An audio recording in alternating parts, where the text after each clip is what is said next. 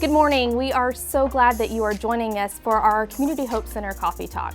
In the past, in November, we normally do our Faces of Hope breakfast in honor of National Homeless Awareness Month. Obviously, with COVID-19, we had to do things a little bit different today, and so we are joining you through Facebook.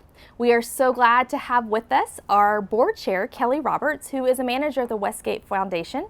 And Kelly and I are going to spend some time this morning just chatting about the past, present, and future of the Community Hope Center. I hope that you will spend this time joining us and leave us a comment in the comment box letting us know that you're here. Good morning, Kelly. Good morning. How are you today? I am great. How are you? I'm doing really well. I'm really excited to be here and talk about all the things that are up and coming for the Hope Center and talk a little bit about some of the struggles that we faced. I think you touched on it great in the introduction that things have had to change, right? We've had to change this event. So tell me a little bit about the rest of the operation and how some of the things have changed. So, you know, as the board chair, the Community Hope Center really focuses on helping the people that we serve identify the barriers that they have that's perpetuating or causing their homelessness. And so for the last few years, that major barrier in our community has been affordable housing, helping families and individuals connect through our services into a place that they can find more permanent forever homes. With the pandemic, of course, things started to shift and change greatly. One of the things that we pride ourselves on the Community Hope Center in our work is asking the people that we serve, what is their greatest need? And beginning in about April, when that first round of layoffs really hit, but before people were able to gain their unemployment benefits, the biggest concern was food insecurity. And we thought that that would be temporary. We thought once people were able to get back to work and be able to get their unemployment benefits, that maybe that need would decrease.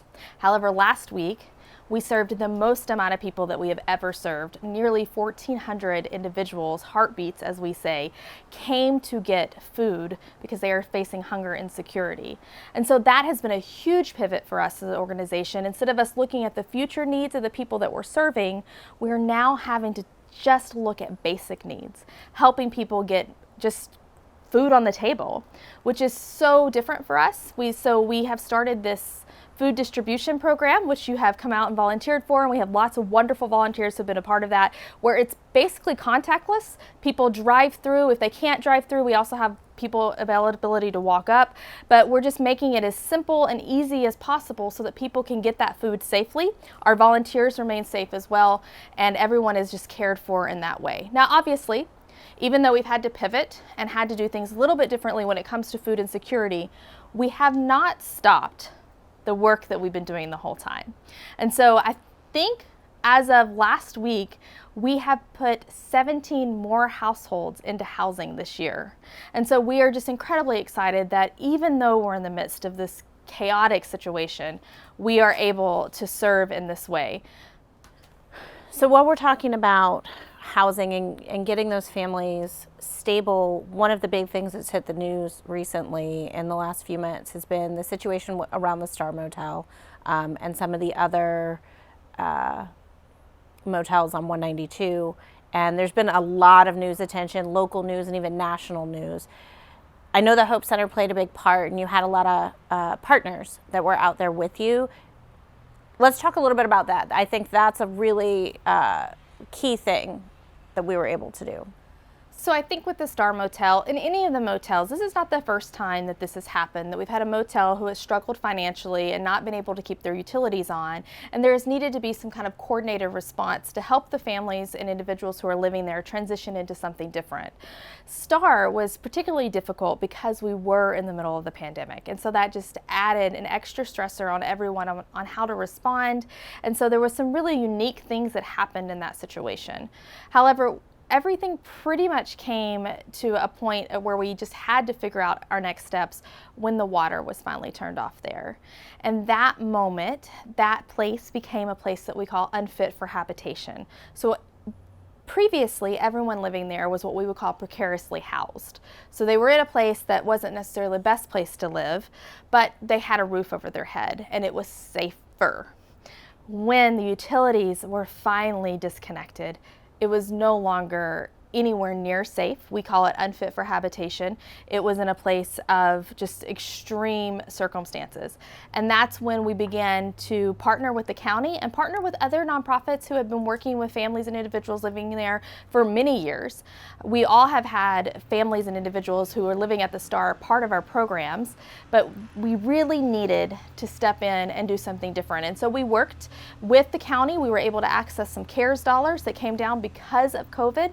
We were able to quickly transition those families and individuals not just into hotels. Several of them are still living in other hotels, but several of those families we've also been able to support us and other nonprofits into moving into more permanent housing. I think you raise a great point that how challenging it can be to get families from a precariously housed situation into more permanent housing.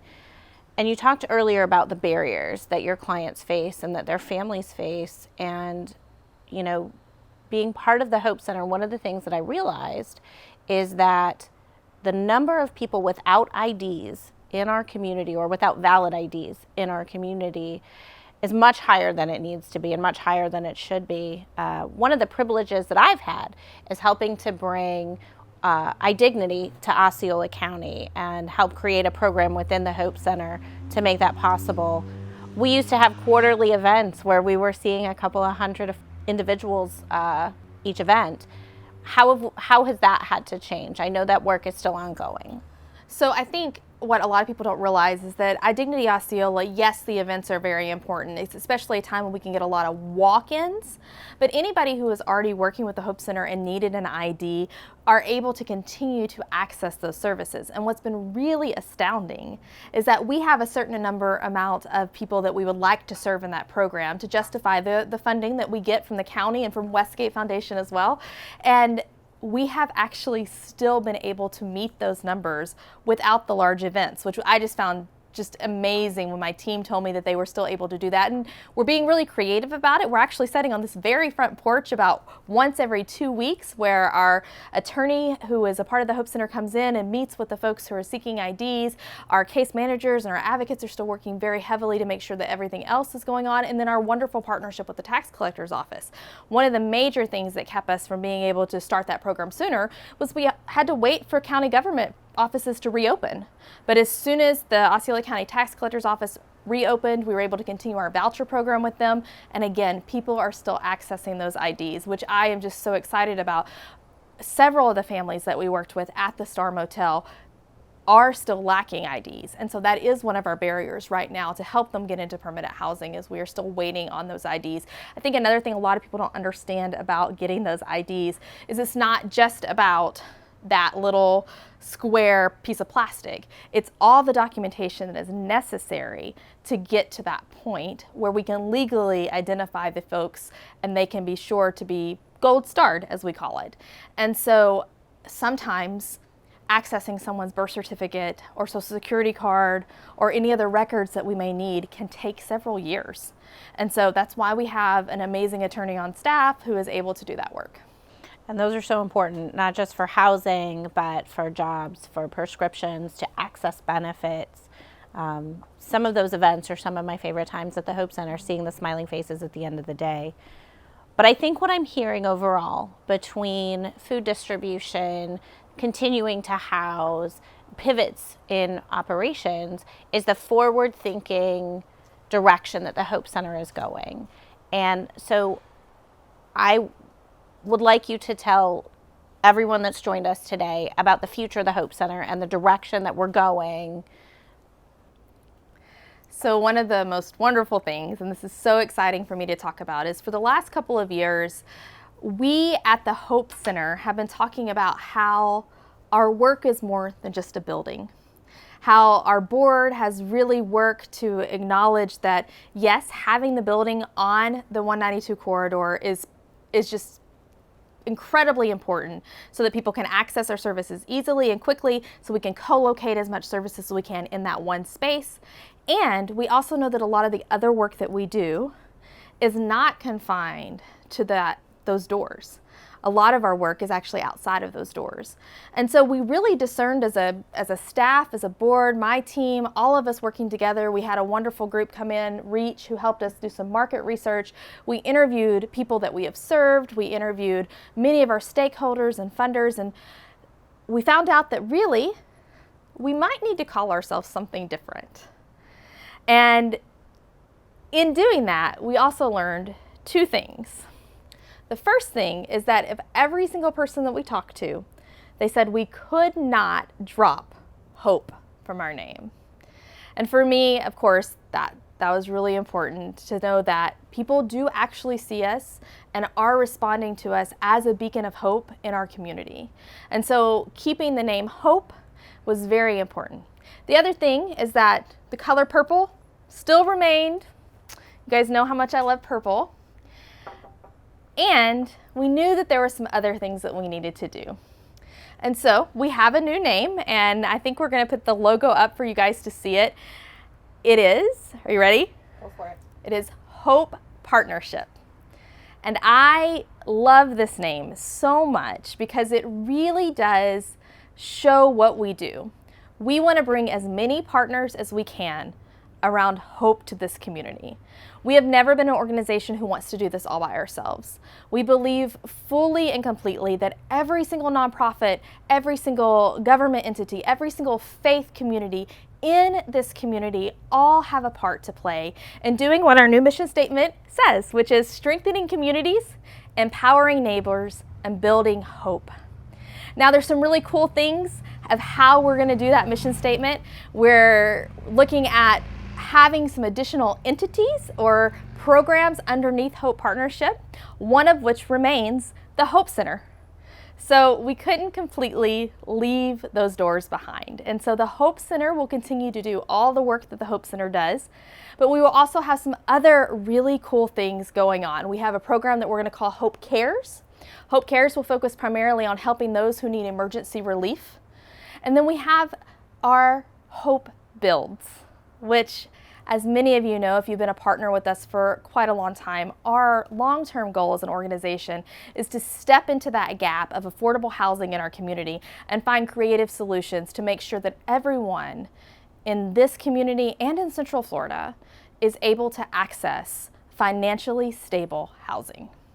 So that is our new vision. You have been instrumental in making it happen as our board chair, and I couldn't be more thrilled. So I'm really excited about all of these changes coming to Hope Partnership. And it's called Partnership, and we can't do it alone. You mentioned that earlier, that it's all about who we work with. So what can we do to continue to partner with Hope Partnership? What can everyone watching us do? How can we get more involved? What are some of the biggest needs? So I think for us to know, I want to make it clear that Hope Partnership becomes our name in January. So we are introducing it today, but we actually won't be switching gears into the future of January 2021. With that said, that lets you know that our website is still up and running. That hope192.com that you're used to going to, used to supporting it at, we are still there. You can still find us there. And what's so great about our website that I always love is we have this button that just says Give Hope. And if you click on Give Hope, it connects you to all the different ways you can support our entire work. The work at the Hope Center, the work through Hope Cares, the work that's going to be at Hope Builds, but mostly right now, the work that we're doing in response to COVID-19, volunteering with our food distribution, helping support that process so that we can make sure that we continue to meet the basic needs of the people in our community while we build for the future needs of our people as well. And then also just knowing that financial support, that many who are watching this are already partnering with us, but ongoing support as we build into this new future, that you can go to our website and you can give financially there. You can give on Facebook right now. There's a button that you can click on. That support that we get from donors helps us to be flexible with the people that we serve and to be able to provide just a variety of services, as many of you know. But honestly, it gives us that ability to do what's right there in our new mission statement, to strengthen those communities, to empower our neighbors, and to build hope. Finally, after we're all done talking here, we're going to start a live silent auction that will begin directly after this video, where you can be a part of just supporting us today, raising some funds. Normally, as you know, this is our Faces of Hope event. And so we usually spend about an hour talking about how the Hope Center is doing and our future. And then we normally set a goal to raise about $20,000. We're not doing that today. We've got 30 minutes on Facebook Live to chat about what's happening in our future, but we still want to hit that goal if possible. And so we are asking that today people participate in that silent auction, help us get to that 20,000, donate today, whatever they can do to be a part of the future of the Hope Center and Hope Partnership. Great. Well, I'm so glad we got this time today. I took a sneak peek at some of those auction items, and I feel like there might be some things on my Christmas list. This has been fantastic. I love all of the things that we're doing and all of the work that we're doing. I think Hope Partnership is such a vital part of this community, and it's just been an honor to be a partner. Well, we are very grateful to you and your 2 years of service as our board chair. And it's just been an amazing journey. The way that the Hope Center has grown into what will be the Hope Partnership has really been a gift to me, and I hope a gift to all of us, because seeing the families and individuals that we serve, the heartbeats as we remind each other of who we are together as a community, seeing folks move into a brighter future, a future that has sustainable financial support, that includes long-term housing, that helps people move into a new reality. It's been the greatest gift of my life. So thank you all for being a part of this journey with us. We couldn't do it without you, and we look forward to a beautiful future.